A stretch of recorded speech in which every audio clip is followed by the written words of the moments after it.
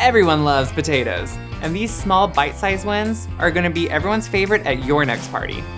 These potatoes are roasted in a whole new way. You wanna drown them in salt. They're not gonna soak it up, they're gonna roast perfectly and come out extremely moist. And did I mention they're bite-sized?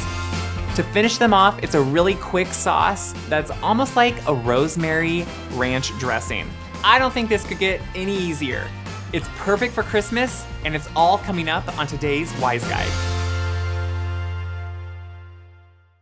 I think everyone has great memories of potatoes, whether it was going to your grandma's and having her amazing fluffy and airy mashed potatoes, or whether it was growing up and having that favorite potato dish that your mom made and loving every time she made it.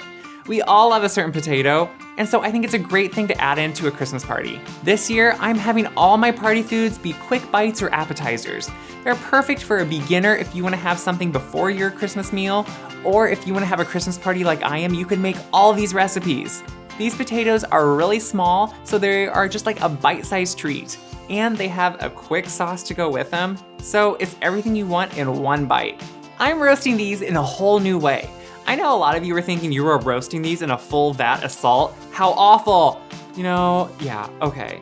It looks like a lot of salt, but it does not go all into the potatoes. Actually, hardly any of it does. Whatever sticks to the outside is the only salt they're gonna have. What it does do is insulate all the potatoes and help them roast really evenly and help them retain all their moisture.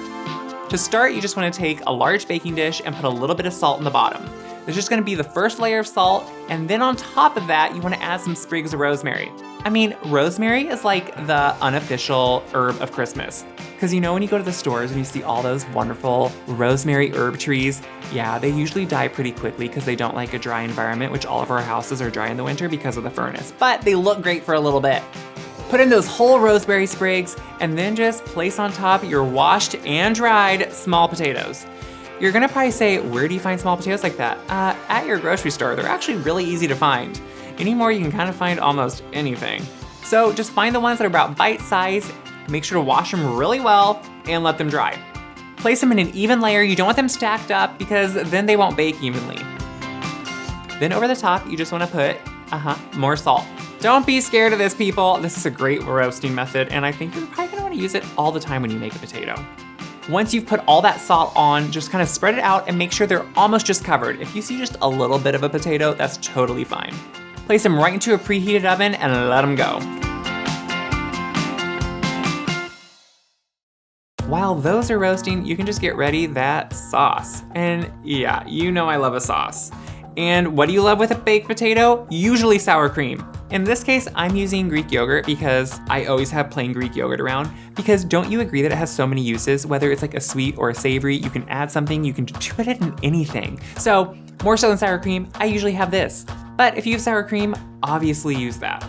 With your Greek yogurt, you just wanna mix together some buttermilk. Yeah, that tanginess really goes well with the yogurt. Some Dijon mustard. I know, I use mustard in everything. Yeah, you would think it's because I'm obsessed with mustard, which I am. But it's actually because mustard, that tanginess really balances things out, and you don't notice it, you just notice the awesome flavor that comes out. A little bit of chopped rosemary, just dice it up pretty fine, strip those little needles right off that stalk, and then dice it extremely fine, because you don't wanna hit a whole big chunk of rosemary. Cut the end off of garlic clove and then press it through. You could also just dice it up really finely and kind of make it into a paste, but I love a garlic press. And then finish with some salt and pepper. Just mix that together. If it's still extremely thick, just add in some more buttermilk just to thin it out. It's gonna be the perfect consistency for dipping. So just think how you wanna dip. You definitely want it to stick on, but you want it to be thin enough that you can dip in. Once that's mixed together, you can just put it into the fridge to chill and wait till your potatoes are finished roasting. When the potatoes are done, a knife should really insert easily into them. I think by this point, I know that you've made a baked potato. However you like them, that's how these should be. You just don't want to meet resistance when you poke them.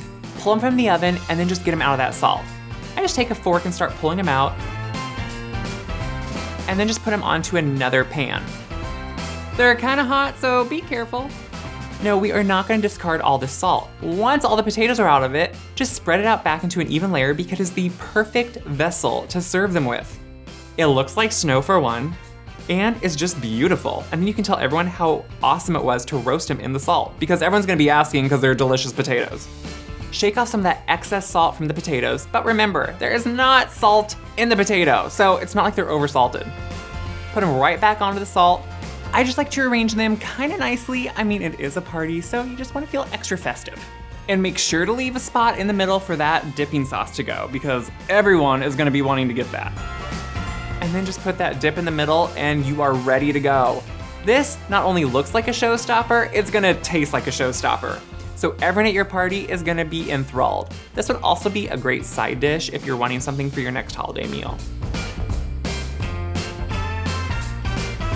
If you agree and love this quick bite, make sure to like, share, and subscribe. For the recipe, go to the description box, and make sure to keep checking back because all season, I'm inviting you to my Christmas party and showing you every recipe I'm using. Until next time, Merry Christmas.